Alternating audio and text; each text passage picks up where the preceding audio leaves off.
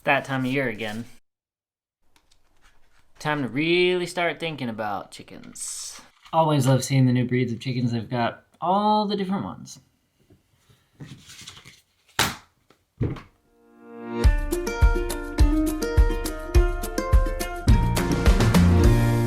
Welcome to our beginner chicken guide. Guys, welcome back. It is a little late, but there's still time to get on that McMurray list or any other chicken list if you are looking to add chickens this year to your homestead, or if you need an idea of which ones to get. We're going to talk about that. Okay, here's a quick confession. We started with a couple of chickens, and chickens are the gateway drug. I mean, they're going to get you in. They're going to get you started, and then the next thing you know, you're going to have a full-fledged farm. So at least pick the right ones. I mean, at least start off on the right foot. And we love hearing what everybody else thinks about which chickens you should get, so we thought we would make one for you. We've been doing this for about a year and a half now, so we think we have maybe a little bit of leeway to tell you a little bit about what you should get as a beginner chicken owner and which breeds might work best for you depending on your needs. You know, it's easy to make a beginner's chicken guide. All you gotta say is stuff like buy a Rhode Island Red, buy an Americana, buy a New Hampshire, buy a Silver Spangled Hamburg.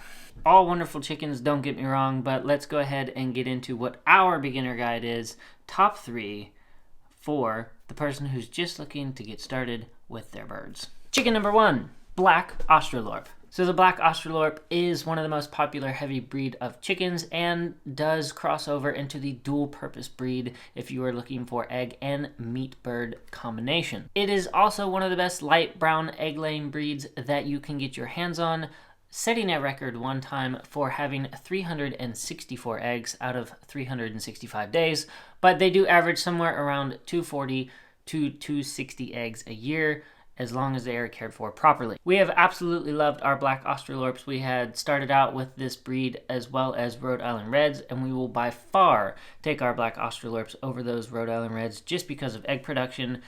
They are more consistent and, to us, a little bit hardier when it comes to laying in the cold.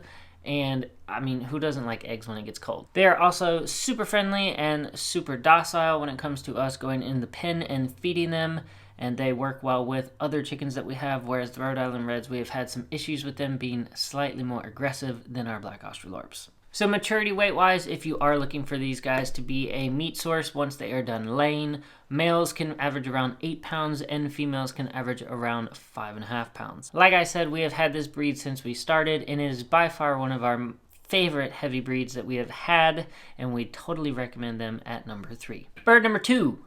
Whiting True Blues. So the Whiting True Blues were developed to lay a consistent blue egg similar to the Whiting True Greens. These birds look familiar to an Americana, however, they are their own separate breed. The cool thing about the Whiting True Blues that we do like, other than egg production, is they are all very different.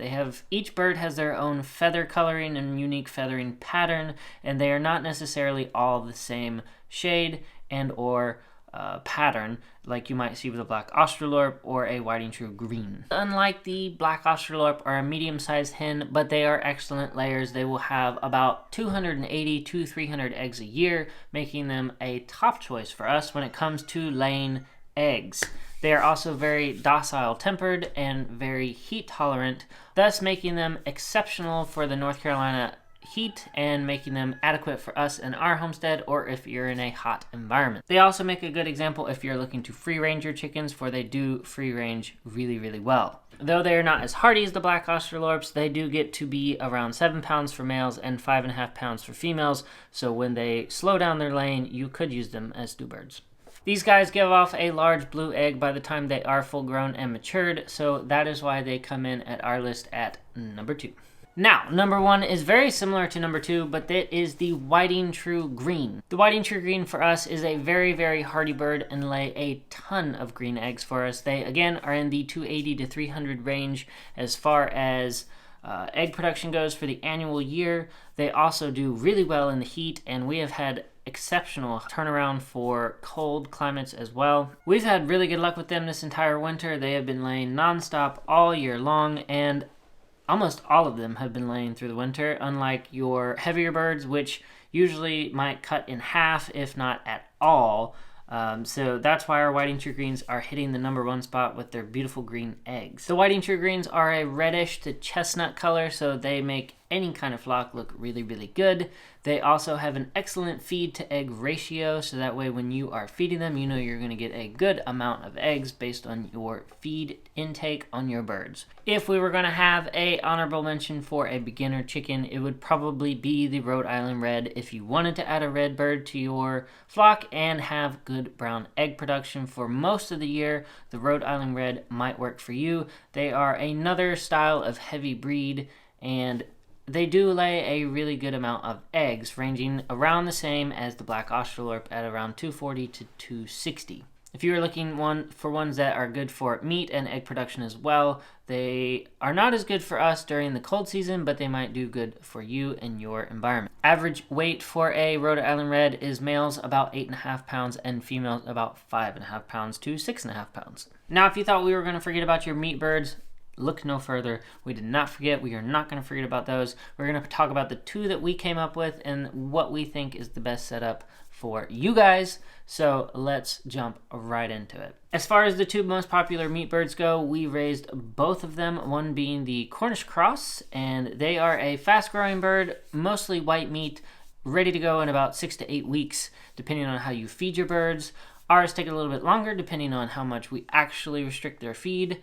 And they did pretty good. We were not upset with them. They did not upset our expectations, but they are not our most popular bird around here. We prefer a little bit darker meat, but the Cornish Cross does well in a short period of time. Depending on who you ask, the Cornish Cross may be talked about as a more dirty bird or a less like heritage bird. But at the end of the day, it really just depends on how you're going to raise them. Ours stay out in a chicken tractor and get pulled every day, so they stay pretty clean. As far as processing goes, ours averaged around 3 to 5 pounds, not much bigger than that, even though the book says 5 to 7 pounds.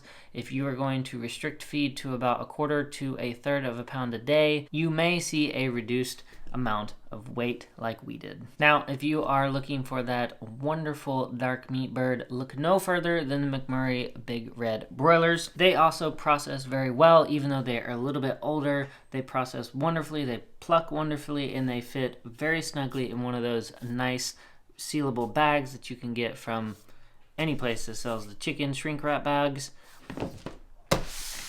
There you go, guys. That is our top list of chicken breeds for the beginner homesteader or the person who is just looking to add a couple chickens to their homestead and they haven't done it before.